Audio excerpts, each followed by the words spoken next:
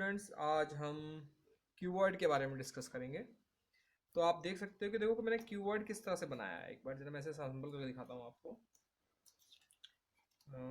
देखिए, ये कीवर्ड बन गया जिसे हिंदी में घनाभ कहते हैं।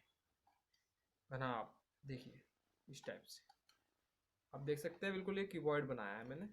और अगर मैं इसे दोबारा से देखिए खोल देता हूँ, कुछ इस टाइप से इसकी शेप दिखाई देगी। देखिए, अब आप देख सकते हैं कि ये फेस भी रेक्टेंगल है, ये भी रेक्टेंगुलर शेप का है, ये भी रेक्टेंगुलर है, मतलब आयत की शेप का है, और ये भी आयत की शेप का है, और ये भी आयत की शेप का है, और ये भी आयत, मतलब ये आयत की फेस है, मतलब सारे रेक्टेंगल फेसेस हैं।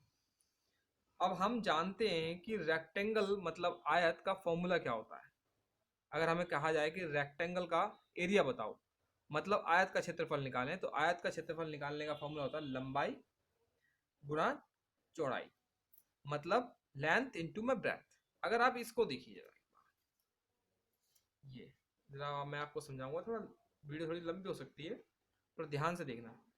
ये मान लीजिए आप इस टाइप से, ये दिख रहा है आपको, तो ये लेंथ है और ये ब्रेथ है। अगर मैं इसको रेक्टेंगल बोलूँ, सपोज करो, आप ये 3D इमेज भूल जाइए, थोड़ी देर के लिए सिर्फ ये फेस देखिए।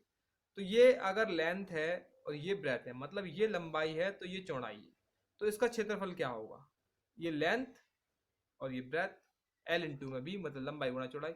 अगर मैं इसी को, अब आप जरा डायग्राम में देखिए, इस टाइप से 2D पे आइए, 3D पे आइए, कि ये इस तरह से बॉक्स रखा हुआ है, तो इस टाइप से, सॉरी,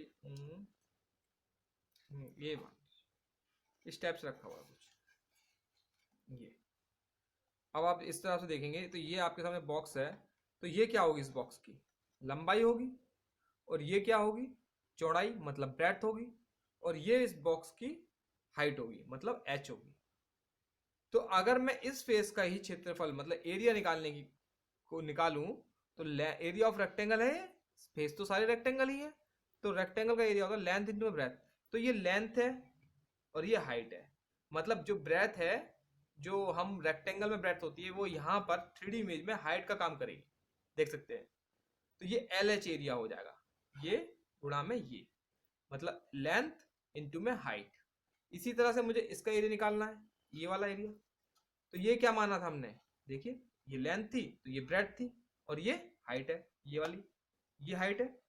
तो ये क्या हो जाएगा? बी इंटू में एच, और ये एल इंटू में एच, और इसी तरह से ये एल एच इंटू में बी, और ये क्या एरिया हो जाएगा? ये वाला, ये देखिए, लेंथ थी और ये ब्रेथ थी।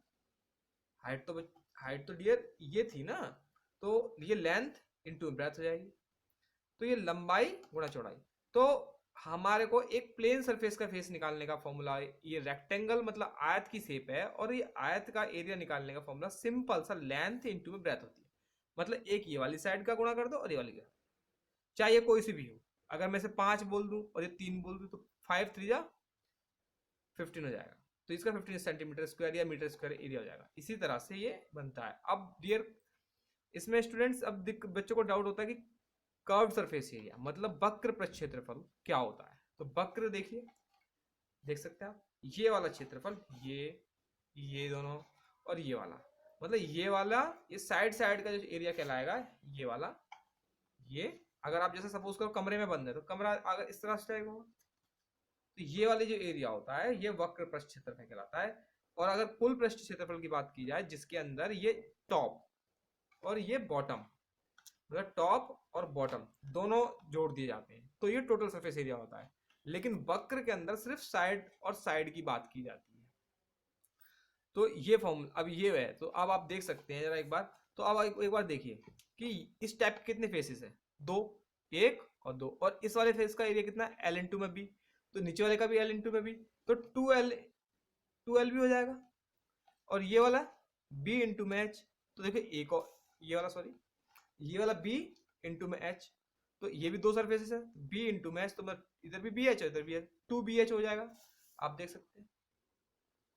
इसी तरह से ऊपर वाले कितने, ये साइड वाले कितने? LH, तो साइड वाले एक इधर है एक इधर है, तो 2 LH हो जाएंगे। अब आप यहाँ से दोनों में सब देखिए, यहाँ से भी यहाँ से भी और यहाँ से भी, तीनों में से 2 कॉमन ले लो, तो क्या बचेगा, LB, BH और LH। ये स्टूडेंट्स बन जाता है टोटल सरफेस एरिया। लेकिन अगर कर्व्ड सरफेस एरिया की बात की जाती है तो उसमें सिर्फ 4 फेसेस लेने हैं, मतलब ऊपर वाला और ये नीचे वाला छोड़ना है। मतलब कि LB वाला ये लेंथ है और ये ब्रेड्थ है, इसमें हाइट स्टूडेंट्स कंसिस्ट नहीं की जाएगी।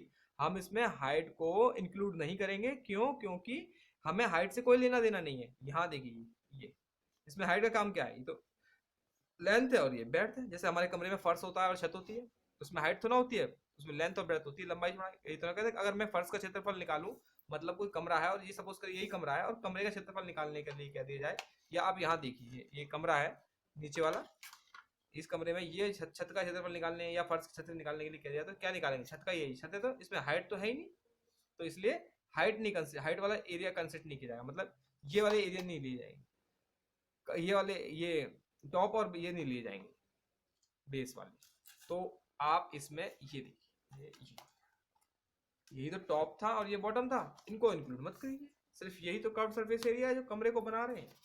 देखिए इस टाइप से कुछ, और ये खुल जाएंगे तो इस टाइप से जाएंगे। तो इसमें BH वाला एरिया लेंगे और LH, ये सारे एरिया ले जाएंगे, सिर्फ और सिर्फ टॉप और बॉटम इंक्लूड नहीं करा जाएगा।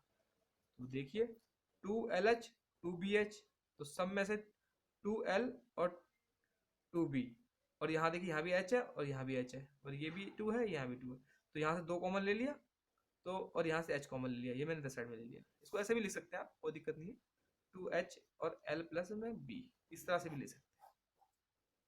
तो ये तो हो जाता है हमारा, जैसे कमरा है उसकी चारों दीवारों का क्षेत्रफल, यही तो है दीवार, मैंने ऐसे कर दिया है, इसमें टॉप नहीं इंक्लूड करेंगे इस टाइप से। तो 2 बार तो BH आएगा, ये देखिए, और 2 बार एक ये वाला, एक ये वाला, और 2 बार LH आएगा, देखिए ये वाला, ये वाला।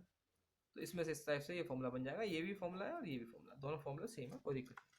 तो स्टूडेंट्स, मुझे आपसे उम्मीद है कि शायद आपको ये वीडियो पसंद आएगी और आपको समझ में भी आ गया होगा कि कर्व्ड सरफेस एरिया और टोटल सरफेस एरिया किस तरह से डिफरेंट होते हैं और किस तरह से इनमें क्या, कई बार क्वेश्चन एग्जाम में पूछ लिया जाता है कि पूछते हैं कि चारों दीवारों का क्षेत्रफल निकालो, मतलब 4 वॉल्स वाइट वॉश छत पे इंक्लूड नहीं। अगर आप, हाँ, कमरा है और उसमें वाइट वॉश कर रहे हो तो आप इसको इस तरह से भी बना सकते हैं, जैसे सपोज कीजिए कमरा हो और कमरे की छत भी इंक्लूड कर ली जाए, तो उसके अंदर देखिए कर्व सरफेस तो लगेगा ही लगेगा, क्योंकि चारों दीवारों पे तो सिंपल सी बात है, आप पेंट कराएंगे ही, तो चारों मतलब 4 वॉल्स का एरिया 2L प्लस B हो ही जाएगा।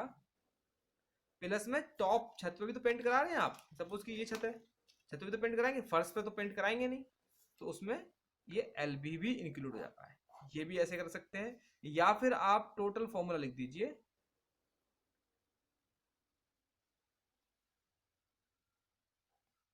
उसमें से LB माइनस कर दीजिए, मतलब टोटल सरफेस, छत भी इंक्लूड कर लो, सब इंक्लूड कर लो। तो इस वाले फॉर्मूले में तो सारे के सारे 6 की 6 फेसेस इंक्लूड है, लेकिन हम फर्श पे पेंट तो ना कराएंगे भाई, व्हाइट वॉश तो छत पे तो नहीं, छत पे होती है, फर्श पे तो ना होती है, तो जो नहीं कर होती वहीं पर माइनस कर देंगे, एक फर्श वाला क्षेत्रफल माइनस कर देंगे। लेकिन अगर हम यहाँ से निकालते हैं इस वाले फॉर्मूले से, तो आप ये देख सकते हैं कि चारों दीवारों में टॉप छत को इंक्लूड कर लेंगे, इसलिए ये होगा। तो स्टूडेंट, मैं आपसे ये नहीं कहूँगा कि मेरा चैनल सब्सक्राइब कर लीजिए या बेल आइकन बजाइए या कुछ भी। अगर आपको पसंद आती है तो वीडियो देखिए और फॉरवर्ड कीजिए और शेयर कीजिए, लेकिन मैं इसी से, मुझे कोई लेना देना नहीं है। अगर आपको समझ में आता है तो बहुत अच्छी बात है, नहीं तो कोई बात नहीं है। Okay student.